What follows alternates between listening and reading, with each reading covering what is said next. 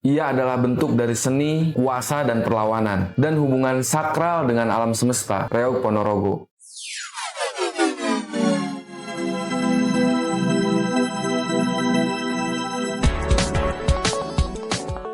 Halo warga bumi, kembali lagi bersama saya Winry di channel Suara Bumi, Suara Budaya dan Ekonomi. Kali ini kita akan berdiskusi tentang seni tradisi yang dulu sempat dilarang, tapi kini perjuangkan. Seni kerap digunakan untuk menyuarakan ketidakadilan, resistensi terhadap kekuasaan, atau pembongkaran norma sosial. Adorno pernah menyampaikan bahwa seni mampu untuk memberikan kesadaran terhadap publik dari dominasi kekuasaan, menciptakan kesadaran nasional, serta penggerak kesadaran kolektif rakyat. Kita akan berkunjung ke Timur Jawa, sosok berkepala harimau, kemudian bulu merak yang menjulang tinggi, menari di lapangan. Kita akan berdiskusi tentang Reog Ponorogo.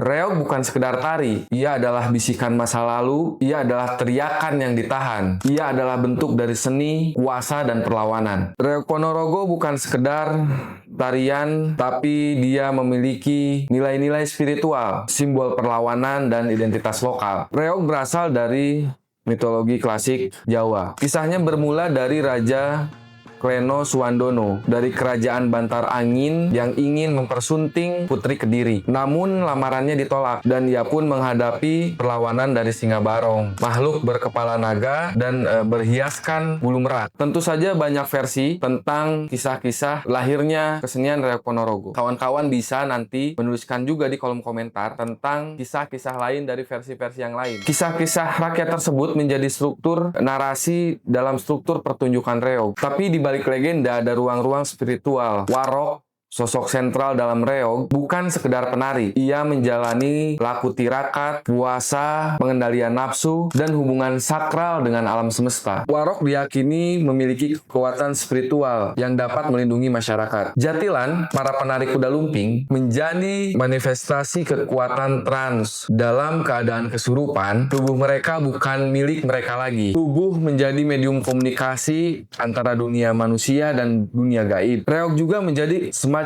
bagian dari kehidupan sosial, hadir dalam hajatan, bersih-bersih desa, hingga panen raya. Ia tidak perlu memerlukan panggung resmi dalam proses kelahirannya. Dia lahir dari tanah, dari rakyat, dan untuk rakyat. Masuknya Orde Baru, pemerintah memiliki rencana yang besar tentang stabilitas, pembangunan, dan tentu saja yang berkaitan dengan penertiban. Seni dan budaya pun harus mengikuti narasi tersebut. Pemerintah mulai melihat kesenian rakyat menjadi semacam gangguan-gangguan yang dapat mengganggu stabilitas nasional. Unsur-unsur mistis, erotis, dan politis sudah mulai dikikis. Reog pun tidak luput dari normalisasi budaya ini. Menurut Alil Heryanto dalam tulisannya, pemerintah melakukan depolitisasi terhadap bentuk-bentuk seni pertunjukan. Seni tradisi diseleksi, dibersihkan, dan dipoles agar cocok di panggung-panggung nasional maupun di panggung-panggung internasional. Sumandio Hadi juga mencatat bahwa pertunjukan reog kemudian disingkat, dipercepat, dipotong durasinya. Unsur magis dikurangi, bahkan narasi aslinya diubah agar tidak menyinggung pemerintah. Di antaranya yang paling penting dalam perubahan itu adalah hilangnya praktik gamblak dan peran warok sebagai tokoh spiritual yang sangat dihormati. Orde Baru memberikan narasi stabilitas negara sebagai versinya yang memang sedikit tipis antara pengekangan dalam mengekspresikan kebudayaan. Negara menganggap bahwa reog sebagai sebuah seni tradisi perlu ditata ulang sehingga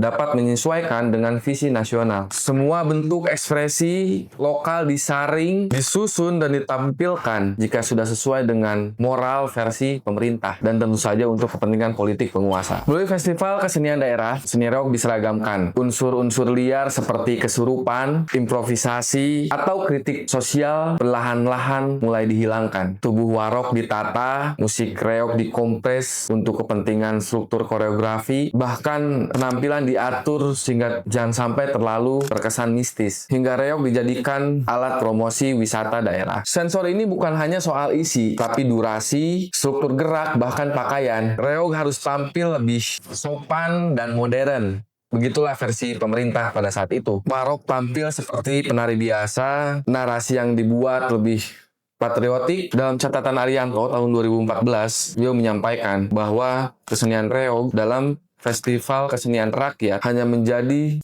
produk budaya daerah yang dikemas hanya untuk kepentingan pusat. Dengan cara ini, reog bukan lagi menjadi ekspresi masyarakat, menjadi sebuah kritik atas kegelisahan sosial yang terjadi di masyarakat. Ia hanya sekedar menjadi sebuah etalase budaya yang dipertontonkan dan diperdagangkan. Simbol perlawanan dirubah menjadi sebuah simbol kebanggaan nasional. Tapi tentu saja itu versi negara pada saat itu. Tubuh-tubuh yang menari dalam reog tidak pernah netral. Warok, jatilan, dan ganong adalah simbol dari kekuatan rakyat, simbol dari perlawanan, dan simbol dari kebebasan untuk berekspresi. Tapi di era Orde Baru, tubuh-tubuh itu diawasi. Konsep tentang politik tubuh itu terjadi dan menjadi nyata. Itu diatur melalui festival-festival dan lisensi-lisensi pelatihan. Warok tidak lagi dipuja berdasarkan kesaktiannya, tapi karena kostumnya. Kesurupan dianggap mengganggu tatanan. Maka akhirnya jatilan diajarkan atau dilatih untuk kesurupan, bukan mengalami kesurupan. Tubuh yang dulunya adalah bagian untuk mengekspresikan, kini hanya kaku sebagai bentuk-bentuk permintaan dari sebuah kekuasaan. Tubuh yang sakral kini hanya menjadi tontonan. Namun tentu saja seniman reog tidak pernah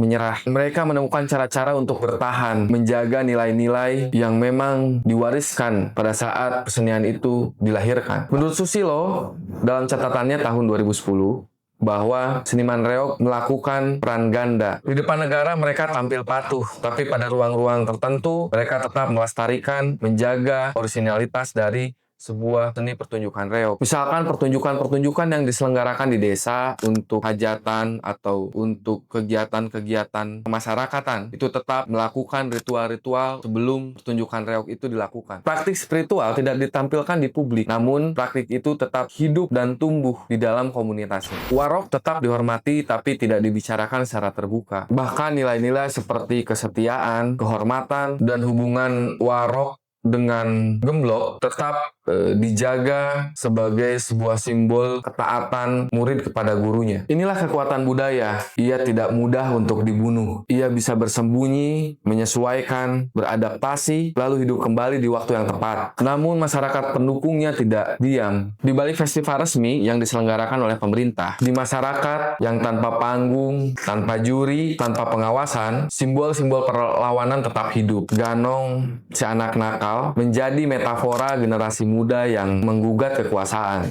Barongan yang menari dengan liar menjadi sebuah simbol ejekan terhadap kekuasaan yang arogan. Tentu para pemain tahu bahwa mereka sedang diawasi, tapi mereka juga tahu bahwa mereka punya bahasa sendiri. Bahasa tubuh, bahasa musik, bahasa ritual, dan bahasa-bahasa itu tidak bisa dimatikan oleh aturan. Pada era tahun 90-an, reog mulai dipromosikan sebagai identitas budaya Jawa Timur. Ia masuk ke dalam misi kunjungan luar negeri, festival nasional, hingga karnaval-karnaval. Namun ini memang membawa dilema. Reog memang menjadi lebih dikenal, tapi nampak hampir tercerabut dari akar tradisinya, tercerabut dari akar spiritualnya. Ia jadi komoditas budaya, barang tontonan. Tapi tentu bagi sebagian orang ini menjadi sebuah peluang, sehingga lahirlah kelompok-kelompok kesenian reog termasuk di luar Ponorogo. Reog berubah dari simbol perlawanan menjadi sebuah alat kekuasaan, lalu menjadi simbol kebanggaan lokal. Di sini terjadi ketegangan antar para seniman, bahwa ada versi reog, antara reog versi panggung dan reog versi rakyat. Di sisi lain, negara memberikan dukungan, fasilitas untuk mengembangkan kesenian reog, tapi di sisi lain pemerintah juga memberikan batasan-batasan apa yang boleh dan apa yang tidak boleh dipertunjukkan, diekspresikan dalam kesenian reog. Sampai pada situasi-situasi tertentu, para seniman terpecah. Ada yang mau masuk menerima ke dalam sebuah sistem, patuh terhadap permintaan-permintaan pemerintah, permintaan-permintaan penguasa pada saat itu, tapi ada juga seniman-seniman yang tetap bertahan untuk menjaga nilai-nilai tradisinya, meski tanpa pengakuan. Perjalanan reog di zaman Orde Baru memperlihatkan bahwa kebudayaan adalah bukan benda mati. Ia bisa disensor dan dipaksa untuk berubah, tapi akan tetap hidup dalam ruang lingkup masyarakat pendukungnya. Reog tidak hanya bertahan karena pemerintah mengakuinya. Reog dapat bertahan hingga saat ini karena masyarakat pendukungnya. Dari fenomena tersebut, kita bisa melihat bahwa kebudayaan adalah ruang negosiasi, bahwa ada negosiasi antara kuasa dan makna, ada negosiasi antara yang ingin mempertahankan dan dengan yang ingin mengendalikan. Setelah Orde Baru runtuh, tentu saja reog mampu untuk lebih mengekspresikan nilai-nilai yang memang sebelumnya sempat disensor dan dihentikan. Tantangan seperti globalisasi, komersialisasi, dan juga digitalisasi. Banyak reog yang akhirnya hanya menjadi sebuah tontonan turis, dipangkas hanya dengan durasi 15 menit, dibungkus dalam paket wisata, dikoreografikan hanya untuk kepentingan kamera. Media sosial hanya melihat reog sebagai sebuah konten untuk viral. Reog Ponorogo bukan hanya sekedar tarian, tapi ia adalah perjalanan sejarah. Ia telah hidup dalam kerajaan, dijajah kolonial, dijinakan oleh Orde Baru, dan kini digoda oleh kapitalisme digital. Suara Bumi akan terus membuka ruang-ruang diskusi, mempertanyakan kembali, memaknai kembali budaya dan ekonomi Indonesia sehingga melahirkan gagasan-gagasan baru yang harapannya dapat bermanfaat untuk saat ini dan di masa yang akan datang. Saya ucapkan terima kasih banyak atas waktunya pada kawan-kawan. Jika ada hal-hal yang memang perlu kita diskusikan, bisa kawan-kawan tulis di kolom komentar. Dan tentu saja jika kawan-kawan tidak mau ketinggalan dengan konten-konten dari kami, bisa kalian subscribe channel ini. Dan jika kalian tertarik dan menyukai kontennya, bisa kalian share konten ini kepada keluarga atau teman-teman, sehingga mudah-mudahan konten yang dibuat ini bisa lebih bermanfaat bagi banyak orang. Demikian, terima kasih banyak. Kita akan bertemu di episode selanjutnya. Suara Bumi dari kami untuk negeri. Terima kasih.